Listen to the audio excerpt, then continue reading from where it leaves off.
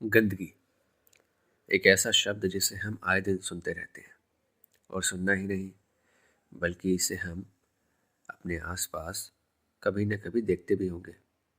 गंदगी के लिए हर कोई दूसरे को दोष देने के चक्कर में रहता है। कुछ लोग गवर्नमेंट को दोष देते हैं और कुछ लोग दूसरे लोगों को। अभी मैं ये ब्लेम गेम को साइड में रखकर आपसे बात करना चाहता हूँ कि कैसे हम अपनी तरफ से कुछ स्टेप्स लेकर इस गंदगी को धीरे धीरे कम कर सकते हैं। मेरे अकॉर्डिंग हम गंदगी को 4 लेवल पर ठीक कर सकते हैं। पहला, पर्सनल लेवल। दूसरा, फैमिली लेवल। तीसरा, लोकल लेवल। चौथा, गवर्नमेंट लेवल। आज हम पहले और दूसरे लेवल के बारे में बात करेंगे। Level first, personal. Personal level पे हम सब इंडिविजुअल्स के बारे में बात करेंगे। सपोज करिए कि आप कहीं बाहर जा रहे हैं और आपने एक दुकान से एक चॉकलेट खरीदा। अपने रास्ते में चलते चलते वो चॉकलेट को खाया और अब आपके पास उसका रैपर बचा है।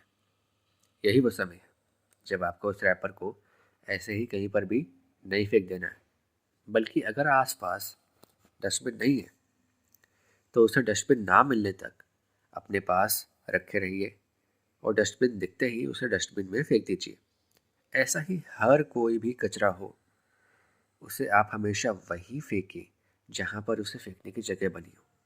आप सोच रहे होंगे कि ये तो बहुत ज़्यादा एफर्ट वाली बात है।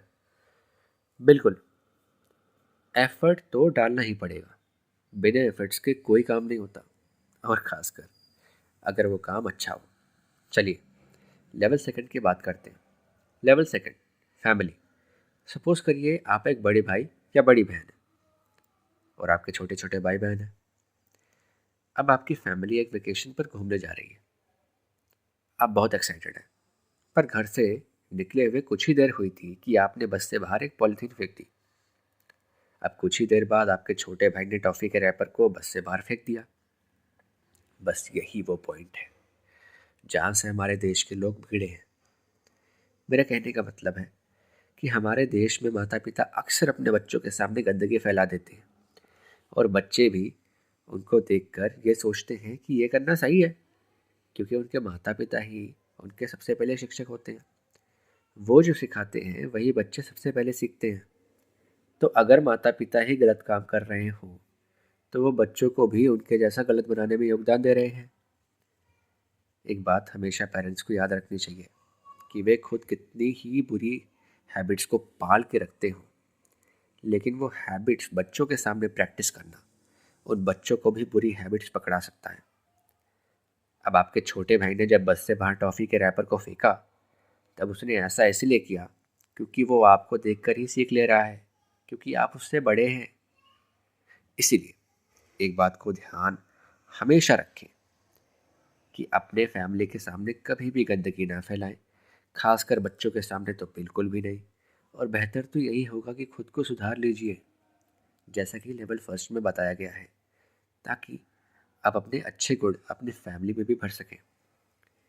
और मैं आपके विचार भी जानना चाहूँगा, इसीलिए आप अपने सॉल्यूशंस को कमेंट सेक्शन में ज़रूर लिखिए और ये बताइए कि कैसे उनको फॉलो किया जा सकता है। अंत में मैं यही कहना चाहूँगा कि सॉल्यूशन बनाने से प्रॉब्लम ठीक नहीं होती, बल्कि सॉल्यूशंस को इम्प्लीमेंट करने से, उसे फॉलो करने से प्रॉब्लम थोड़ी सी ही सही लेकिन कम ज़रूर हो जाएगी। और आपका बहुत बहुत धन्यवाद मेरी बातें सुनने के लिए। मैं आशा करता हूँ कि आप सभी लोग एक अच्छे इंसान ज़रूर बनेंगे।